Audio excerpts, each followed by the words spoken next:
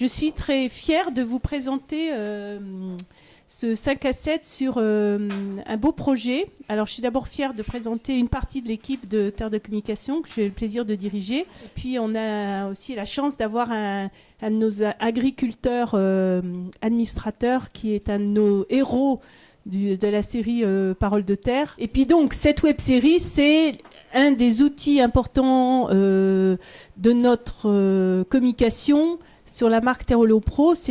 La marque Terreau Pro, c'est une marque que l'on veut vraiment, qui incarne le lien entre consommateurs et agriculteurs. Et donc, cette web-série qui est née, on va vous le raconter, mais qui est née dans l'esprit en particulier d'Aurélien et Agathe, et qui ont donc conçu ce projet et l'ont amené à bien, et donc après qui a été aussi bien médiatisé par Hugo. Donc on va vous raconter tout ça, mais donc c'est une des très belles actions qu'on a la fierté de mener pour la marque Terreau Pro.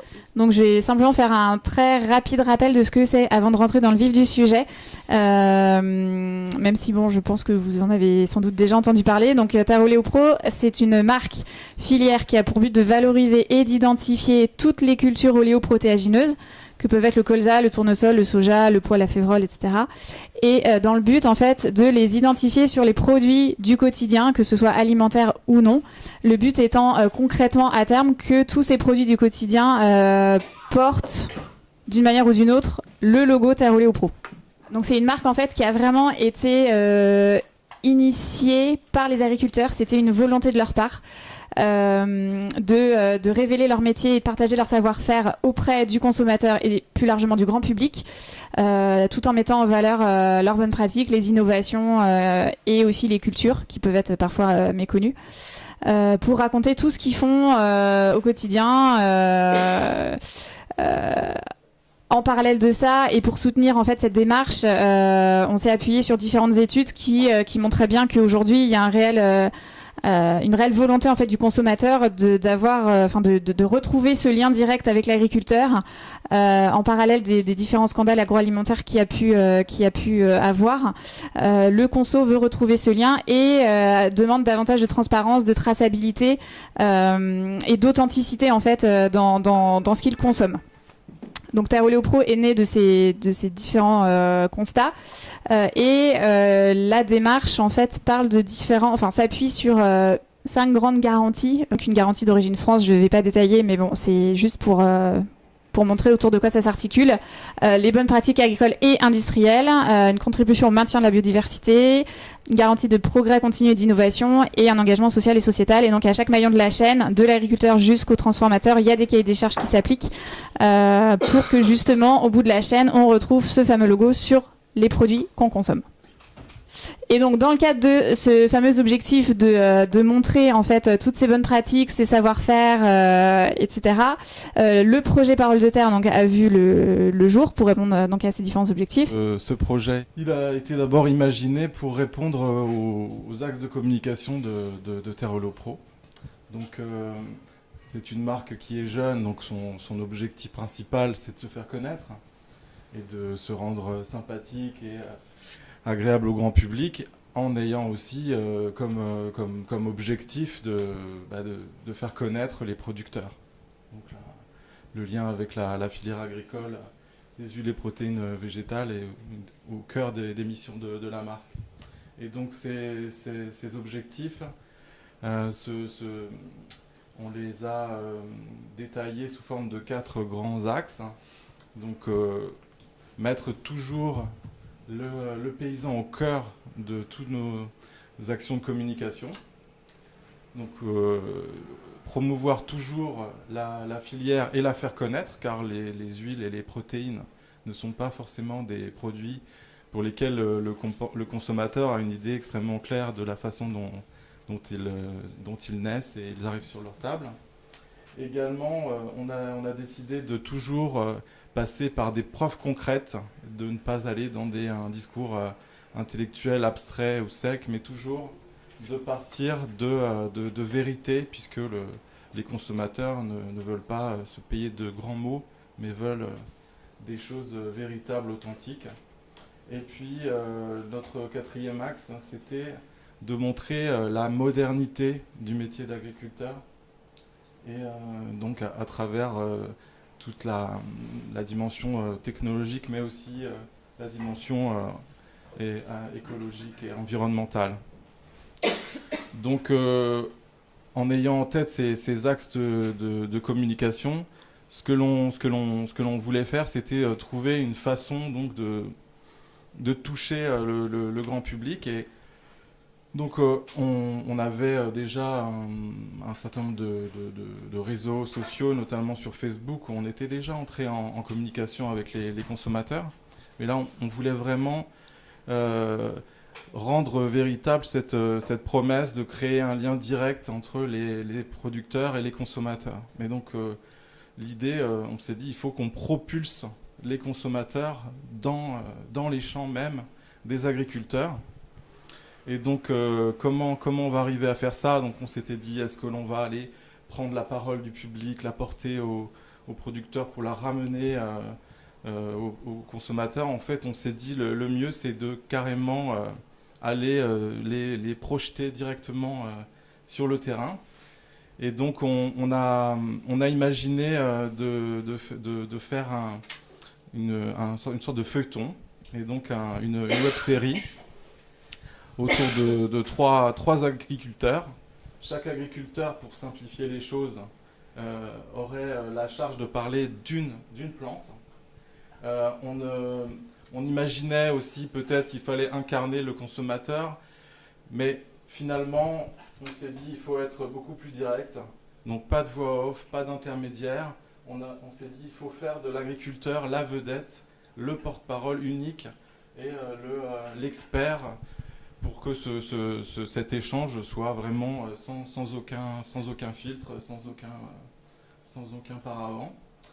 Et ensuite, on s'est dit ce qui est important, ce n'est pas de faire une vidéo et ensuite on s'arrête et on passe à quelqu'un d'autre. C'est vraiment de s'obliger à créer cet esprit de feuilleton, de revenir tout au long de l'année pour montrer petit à petit comment le quotidien de l'agriculteur va évoluer au fil des saisons, pour que le visiteur soit vraiment se dise j'ai vécu pendant 2 mois, 3 mois ce que l'agriculteur vit au quotidien. Et donc on s'est beaucoup inspiré de ce que les gens voient à la télévision, hein. C'est pour ça qu'on a créé 3 types d'épisodes. Donc un épisode, donc des petits épisodes de 2 ou 3 minutes. Un épisode où la personne est face à la caméra et raconte sa vie, ce que l'on voit beaucoup dans les jeux, les reality shows. Donc on a essayé, toute proportion gardée, de reprendre cette forme qui est une forme que les internautes connaissent.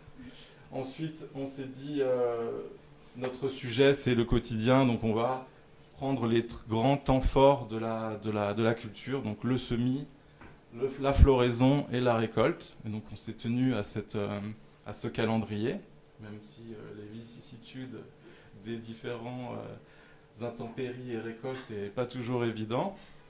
Et puis on s'est dit, mais ça suffit pas, il faut également qu'on ouvre un petit peu au-delà de simplement la plante, de montrer la technologie, la modernité et l'environnement. Donc on s'est dit, on va également créer des épisodes qui auront pour objectif de faire le tour d'une thématique, donc en restant toujours dans un discours très simple, très facile à comprendre, mais de finalement permettre aux gens qui n'ont plus la moindre idée de ce que c'est le métier d'agriculteur, de leur expliquer toutes sortes de petites choses pour montrer la qualité de ce travail, et que les agriculteurs ne font pas n'importe quoi, qu'ils ont toutes sortes de normes et qu'ils agissent dans l'intérêt collectif. Un Français sur 2 regarde YouTube tous les jours. Donc pour une marque comme Terre Relais Pro, aller sur TF1, France 2, c'est pas quelque chose que l'on peut faire tous les jours. En revanche, aller sur YouTube, c'est tout à fait possible. Et donc nous, à l'époque, quand on a lancé ce projet, on avait une présence très modeste sur YouTube, mais on était déjà très présent sur Facebook. Mais au-delà de cette tendance forte autour de la vidéo, il y a aussi des avantages assez évidents que la vidéo peut nous proposer, c'est de créer justement cette sympathie, cette personnification. Là, le consommateur va pouvoir s'identifier avec l'agriculteur. Donc, il a déjà un a priori positif. Il voit, on a mis en scène un peu parfois avec leurs enfants. Donc, ça permettait aux gens de comprendre qu'un agriculteur, c'est quelqu'un comme lui. On partait aussi du principe que les gens ayant de faibles connaissances agricoles, la vidéo est un média assez facile d'accès. Il n'y a pas besoin de se passionner pour un sujet pour entrer dans une vidéo. Et puis, face à tous les a priori que les consommateurs peuvent avoir sur la biodiversité, le métier d'agriculteur qu'ils peuvent imaginer comme étant pas un métier moderne, ou toutes les fantasmes qu'ils peuvent avoir sur les revenus des agriculteurs. La vidéo nous permettait, par l'image, de répondre à tous ces a priori sans avoir à les affronter frontalement, mais simplement en montrant les choses. Et également l'authenticité, de laisser la personne s'exprimer avec ses mots, avec son langage. On n'était pas on n'a pas pris des acteurs, on a décidé vraiment de prendre des gens dont le premier métier n'était pas la scène. Ça le devient ensuite, mais... Et donc, voilà un petit peu toutes les choses intéressantes qu'on a vues dans la vidéo. Et également, pour une marque comme la nôtre, ça permettait de montrer, au-delà de tout ce qu'on pouvait mettre en place sur nos sites, avec des images, des dessins, de montrer des vraies personnes qui vraiment incarnaient tout notre discours. Je suis donc agriculteur, et pourquoi, lorsque à la FOP on m'a posé la question « Qu'est-ce que tu veux faire ?», j'ai dit pourquoi pas faire des vidéos. Alors c'était vraiment quelque chose que je ne connaissais pas, et ce qui m'a motivé, c'est surtout que il y a vraiment une méconnaissance du métier de l'agriculteur. Vraiment cette méconnaissance, et c'est pour ça que je voulais défendre mes valeurs qui me rendent, on va dire, fier de mon travail de tous les jours, du travail des générations futures. Et c'est pour ça que cette idée, on va dire, de vidéo est une bonne idée, puisqu'on a travaillé sur la pédagogie. Il y a dans les différents épisodes, à un moment donné, on explique ce qu'est la différence entre l'assolement et la rotation. C'est des notions qu'on voit à l'école, les écoles d'agriculture, mais les expliquer pour que tout le monde puisse le comprendre, c'est le plus difficile. Donc, ce qui est bien avec cette web-série, Les Paroles de Terre, qu'on a lancée, c'est qu'en fin de compte, l'agriculteur parle directement au consommateur. C'est un point, on va dire, relativement important. Beaucoup, on va dire, en ce moment, comme des distributeurs qui achètent nos produits, font la pub pour leurs produits. Mais de ce fait, nous sommes totalement, dilués. Nous ne sommes plus du tout audibles. Donc de ce fait, qu'un agriculteur parle en direct de ce qu'il fait, de sa fierté, c'est ce qu'il faut. C'est pour ça qu'il y a toujours eu, on va dire, dans ces vidéos, de la spontanéité. Le producteur nous posait la question, s'il n'y avait pas, on va dire, de listing, de pré-réponse, c'était vraiment ce que nous pensions. À un moment donné, si vous regardez le premier épisode, c'est ce qui a fait un peu le buzz, c'est les vers de terre. Ma fierté, les vers de terre. Alors là, c'est venu tout seul, j'étais piégé direct. Donc, mais c'est ça, c'est travailler sur la spontanéité. Voilà, et puis aussi cette notion que, en fin de compte, là on le voit, il y a le tournesol, il y a les pois avec Fabrice, il y a le colza avec moi, dans la saison 2 il y a le soja, mince, damned. Donc et donc voilà, c'est pour montrer aussi qu'il y a c'est une agriculture. C'est l'agriculture avec un S au bout.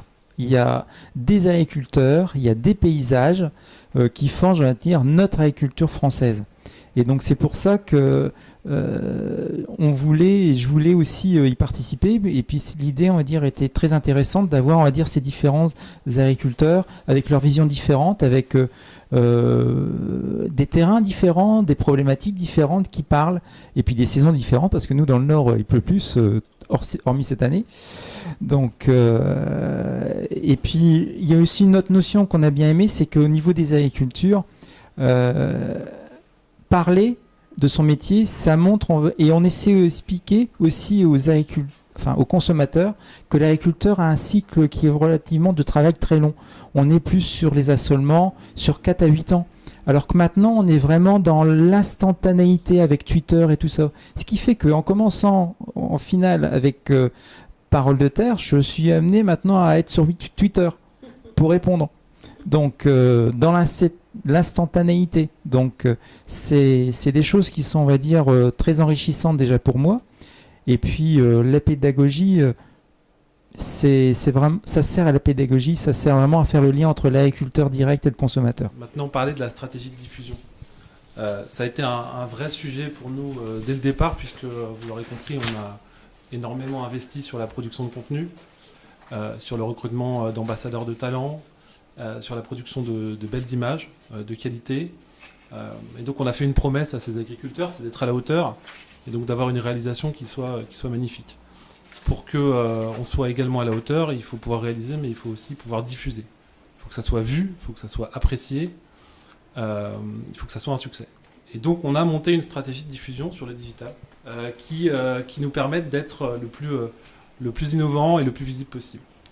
Donc la première composante de cette stratégie, c'est la diffusion sur les réseaux sociaux. Pour nous, c'est totalement naturel.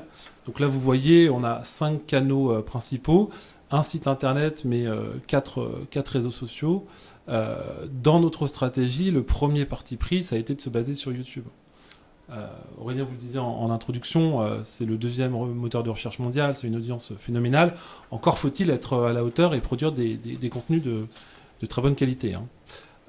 Donc on a hébergé l'ensemble des vidéos, des 16 vidéos que vous pouvez consulter encore aujourd'hui sur YouTube, sur la chaîne Terreau Pro. Et ensuite, on a monté une stratégie de diffusion sur l'ensemble des réseaux sociaux de manière à mobiliser cet écosystème Terreau Pro qu'on travaille maintenant depuis plusieurs années. On s'est fixé 2 objectifs.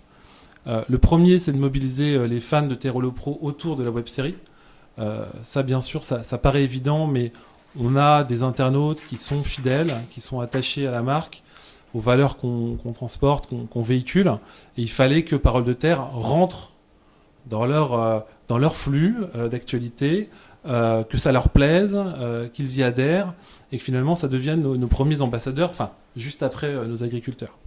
Dire ça, c'est pas forcément évident, parce qu'en fait, aujourd'hui, sans rentrer dans la technique, un contenu que vous publiez sur un réseau social comme Facebook, il est vu que par 4% en moyenne des gens qui sont abonnés à votre page. Donc vous voyez que ça demande de la créativité, ça demande de la prise de risque d'un point de vue éditorial, ça demande de la déclinaison de format.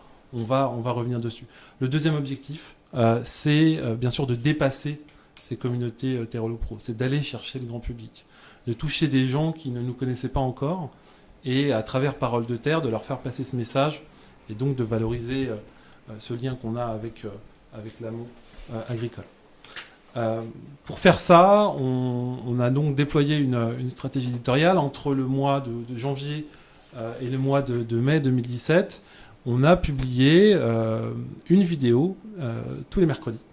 Donc on a véritablement créé ce rendez-vous avec nos communautés et on a déployé épisode après épisode. On a raconté cette histoire de l'agriculture française et de ses producteurs. Avant de faire ça, on a publié des teasers, un teaser, plusieurs teasers. On a fait des tests, beaucoup de tests. Ça, c'est l'avantage du digital et c'est très agréable de pouvoir comparer les formats. Et donc, on a publié ces épisodes sur nos différents réseaux sociaux. Donc ici, vous avez le site et YouTube, ça c'est évidemment la base, mais derrière, des relais sur Facebook, sur Twitter, sur Instagram, avec à chaque fois une coloration particulière. Hein. Facebook, véritablement le grand public, toute couche sociale, toute origine confondue. Twitter, une approche plus envers le monde agricole et les journalistes. Et puis Instagram, avec ce côté innovant et assez jeune qu'on testait à l'époque. Maintenant, on a complètement adopté ce réseau. Donc on publiait ce contenu, cette vidéo, et ensuite on déclinait. Ça, c'est extrêmement important, c'est-à-dire que certes, on peut ne pas toucher tout le monde du premier coup, mais on avait besoin déjà de répondre aux premières personnes qui allaient liker, commenter, partager et réagir bien souvent à ces vidéos. Donc ça demandait aussi une attention particulière en termes d'animation. Mais derrière, on allait décliner d'un point de vue éditorial, en prenant certains passages, d'un point de vue créatif, en retravaillant un petit peu l'image, ou en faisant un peu de gamification, c'est-à-dire en créant des petits jeux pour permettre aux gens de répondre à des questions dont les réponses étaient présentes évidemment dans les vidéos. Voilà. Donc faire vivre ces différentes vidéos sur nos réseaux sociaux toutes les semaines, et ça pendant 6 mois au moins. Donc de janvier à mai, ça a été un très beau travail. Merci beaucoup. Je vais vous parler des retours des internautes.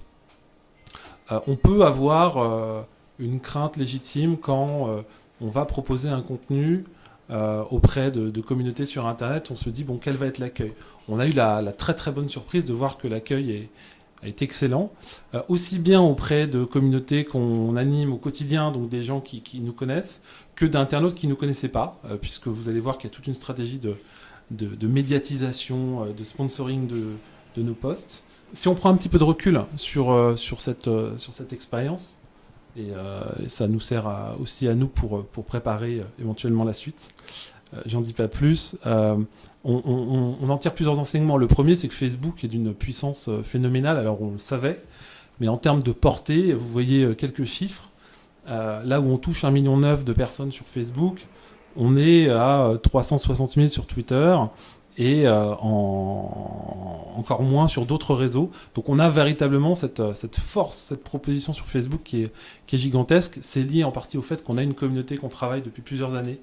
Donc ça veut dire que quand on travaille sur un contenu de marque, du brand content comme Parole de Terre, on peut s'appuyer sur une communauté préexistante et ça lui donne d'autant plus de sens. Donc là, on est dans des logiques longues. Hein. Bien souvent en communication, on est parfois sur des logiques très très courtes. Nous, on a voulu véritablement travailler sur cette logique longue et on travaille encore avec cette communauté. Ça crée de la confiance, ça crée de l'adhésion aux valeurs et ça crée un accueil qui est très positif. Un autre enseignement, c'est sur Twitter. On ne savait pas forcément à quoi s'attendre sur Twitter. Là, on a une viralité qui est folle. C'est-à-dire qu'on touche proportionnellement moins de personnes que sur Facebook. Par contre, l'engagement, la reprise des contenus, notamment par le monde agricole ou par les médias agricoles, a été très très forte. En tout cas, sur Twitter, on touche une majorité d'hommes. Donc ça nous amène à réfléchir à comment toucher tous les Français et les Françaises. Et on verra que c'est une réflexion qu'on a poussée. L'inverse de ce qu'on a sur Facebook, c'est vrai que sur Facebook, on a des publics très très, très, très féminins.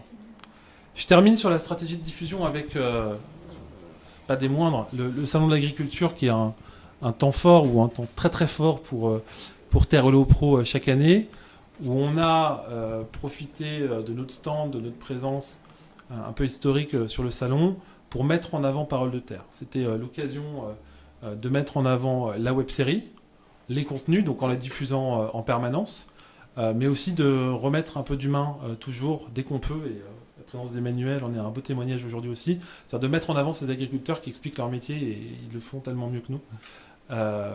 Et donc on a invité nos agriculteurs, ambassadeurs, à venir parler de cette web-série, à répondre aux questions du public.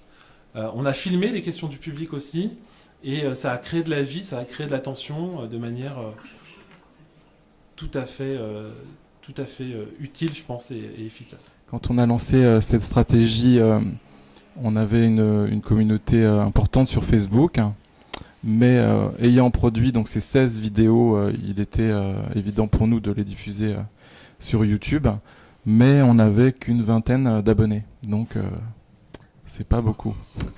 Donc on s'est dit, il faut que l'on fasse un effort d'achat d'espace pour que ce superbe contenu soit visible. Et donc, quelle stratégie on a mis en œuvre. Donc, notre objectif, c'était que les gens voient nos épisodes, donc de générer des vues sur les épisodes. Donc, dans un premier temps, on a donc sur YouTube deux types de possibilités publicitaires.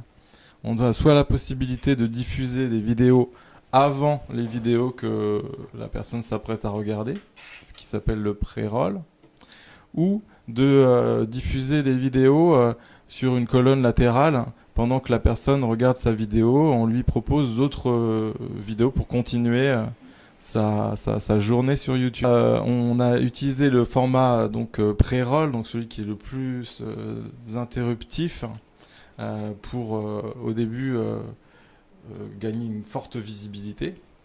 Et ensuite, on a décidé d'utiliser ce qu'on appelle le retargeting. Donc, c'est-à-dire qu'on avait, avec ce pré-roll, un format qui permet plus on a de moyens de toucher un nombre énorme de personnes, à chaque fois d'enregistrer la référence de chaque personne et de décider de lui remontrer notre message publicitaire ou au contraire de ne plus lui montrer. Donc on a décidé d'utiliser ce mécanisme pour faire revenir les gens épisode après épisode. Parce que les gens sur YouTube peuvent s'abonner, mais c'est pas forcément dans 100% des cas ce qu'ils vont faire. Mais on peut, en s'apercevant de leur intérêt ou d'un début d'intérêt, les recibler. Donc c'est ce que l'on a fait. Et ensuite, on a donc créé une multitude de spots de publicité. Donc on a fait un teaser. C'est une technique qui a fonctionné pour nous. C'est-à-dire qu'on a eu beaucoup de visibilité très rapidement. Et on a eu des abonnements. Mais c'est pas ce qui a le mieux fonctionné. Je vais vous expliquer. On a également créé des spots dont l'objet était d'essayer de rattraper une personne qui avait montré un certain intérêt pour notre bande-annonce. Et donc ça pouvait être que cette personne avait regardé en entier, avait cliqué. Parce que en fait sur YouTube, vous pouvez, la plupart des gens n'ont qu'une obsession, c'est skipper la vidéo pour aller voir le clip de Madonna. Et donc, on avait ensuite cette deuxième proposition que chaque semaine, on allait propulser à des internautes qui étaient plus intéressés que d'autres. Donc, c'était une sorte de petite bande-annonce, comme on peut en voir à la télévision. Mais là, c'était le mercredi, on déclenchait cette campagne de retargeting sur toute notre base de personnes potentiellement intéressées. On a fait 12 versions de ce spot. Donc on en a fait évidemment avec chaque agriculteur. Et la seule chose qu'on changeait, c'était la taille de la vidéo, la bande son. Donc toutes les images étaient absolument les mêmes. Et donc le but était pour nous en effet d'essayer d'avoir le meilleur spot possible, d'avoir celui qui nous permettait de générer un maximum de vues sur nos vidéos et pourquoi pas des abonnements. Donc voilà, je vous montre un petit peu la courbe de l'audience sur YouTube. Donc vous voyez ici, au début, on a donc un très grand pic, enfin très grand, toute proportion étant égale par ailleurs, de 16 000 vues sur une journée. Et donc ensuite, ça, on l'a coupé parce qu'on s'est aperçu que ça nous permettait de toucher beaucoup de personnes, mais ça n'était pas forcément l'action qui nous permettait de générer le plus de vues sur nos vidéos. Donc il y avait beaucoup de personnes peu intéressées. Donc ensuite, on a une autre qui démarre, c'est le retargeting et l'utilisation aussi de l'autre format, donc latéral, qui lui peut être aussi déclenché par rapport aux intérêts des personnes.